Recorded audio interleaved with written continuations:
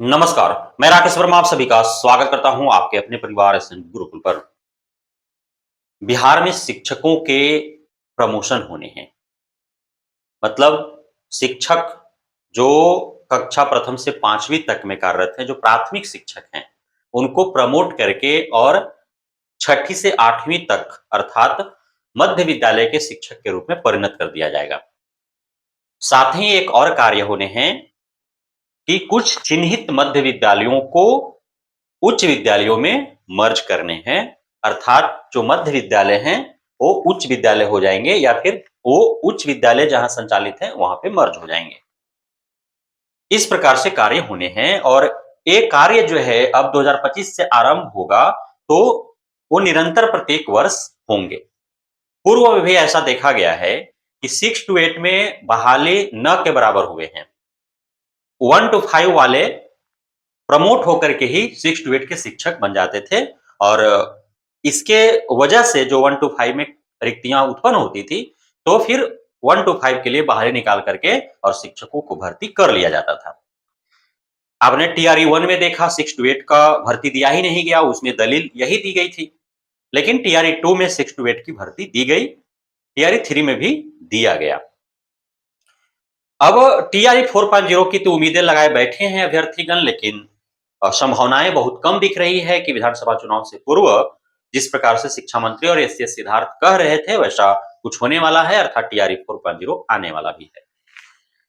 यहां हम बात करेंगे मुख्य रूप से कि जो प्रमोशन की बात आ रही है सामने कि 1 टू 5 में जो कार्यरत नियमित व अस्थायी शिक्षक शिक्षिकाएं हैं, उनको प्रमोट करके 6 टू 8 में भेजा जाएगा। तो इसमें किन्हें लाभ मिलने वाला है? चूंकि नियमित तो सभी हैं, नियमित पुराने वेतनमान वाले हैं, नियमित विशिष्ट शिक्षक हैं, नियमित बीपीएससी शिक्षक हैं, नियमित नियोजित शिक्षक हैं, सभी नियमित हैं। तो क्या इन सभी को इसका लाभ मिलेगा? क्या इनमें से सभी को प्रमोट करके 6 टू 8 में शिक्षक बना दिए जाएंगे?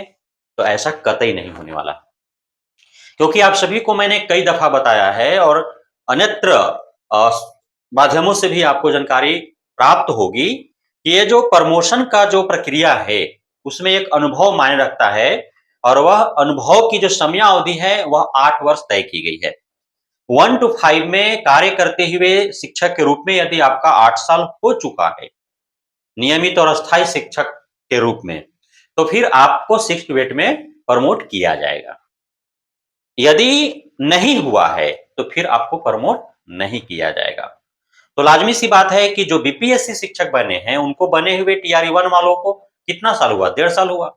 टीआरई 2 वालों को कितना दिन हुआ? अभी 1 साल हुआ है। टीआरई 3 वाले अभी तो ज्वाइनिंग ही नहीं लिए हैं। तो बीपीएससी शिक्षकों को प्रमोशन तो मिलेगा नहीं। अब बात आती है विशिष्ट शिक्षकों का। तो विशिष्ट शिक्षक जो बने हैं, वो तो नियोजित शिक्षक ही विशिष्ट शिक्षक बने। सिर्फ नियोजित से विशिष्ट बन जाने मात्र से उनको क्या मिल गया? राज्यकर्मी का दर्जा मिल गया। नियोजित के तौर पर भी तो वे नियमित और अस्थायी थे ही। लेकिन अब यहाँ पे एक बाधा उत्पन्न हो रही है। जो नियोजित शिक्षक शिक्षिकाएं विशिष्ट शिक्षक शिक्षिका बन चुके हैं, वे अब फ्रेशर हो चुके हैं। चूंकि सेवा निरंतरता का लाभ उन्हें अब तक नहीं मिल पाया है। यदि सेवा निरंतरता का लाभ उनको मिल पाता, तो पूर्व का जो कार्य अनुभव है उसका भी महत्व होता और ये जो प्रमोशन की जो प्रक्रिया आरंभ होने वाली है, इसमें उनको लाभ मिल पाते। लेकिन अब वैसे नियोजित शिक्षक शिक्षिकाएं जो पिछले 12-14 वर्ष से कार्यरत हैं, अर्थात 8 वर्ष से अत्यधिक वर्षों से कार्यरत हैं, लेकिन वे बीपीएससी शिक्षक बन गए या राज्यकर्मी का दर्जा पाने के उद्देश्य से विशिष्ट शिक्षक बन गए।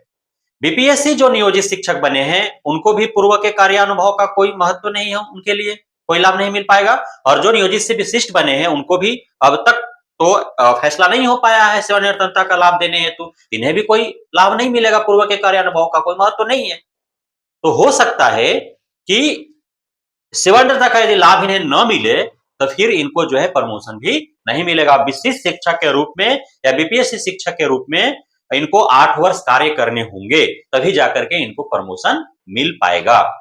तो ये नियोजित शिक्षक से विशिष्ट और बीपीएससी शिक्षक बनने वालों के लिए बहुत बड़ा नुकसान के रूप में देखा जा रहा है।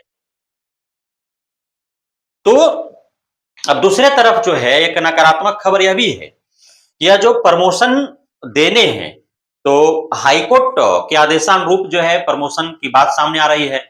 लेकिन हाईकोर्ट ने जो प्रमोशन के आदेश निर्देश निर्गत किए हैं, तो उस पर अभी शिक्षा विभाग ने कोई विचार नहीं किया है। साथ ही टीआरई 4.0 को लेकर के शिक्षा विभाग ने कोई विचार नहीं किया है। सेवा निरंतरता का लाभ देना है अथवा नहीं, जो नियोजित से बीपीएससी बने हैं, नियोजित से विशिष्ट बने हैं, उनको इस हेतु अब तक कोई निर्णय नहीं ले पाया है।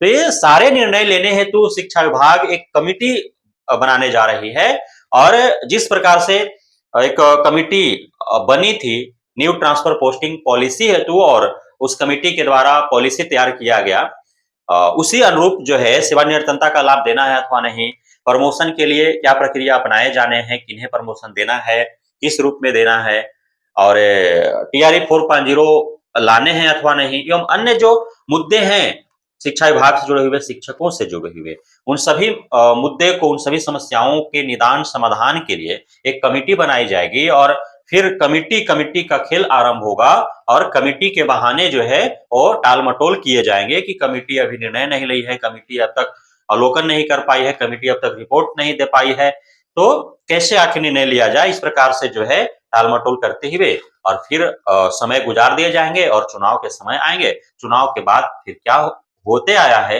आप सभी को ज्ञात है और क्या होगा उसका आप सभी को एहसास है। बहुत-बहुत धन्यवाद आप सभी साथियों का हमारे साथ जुड़े रहने के लिए, बने रहने के लिए, प्यार देने के लिए, भरोसा बनाए रखने के लिए।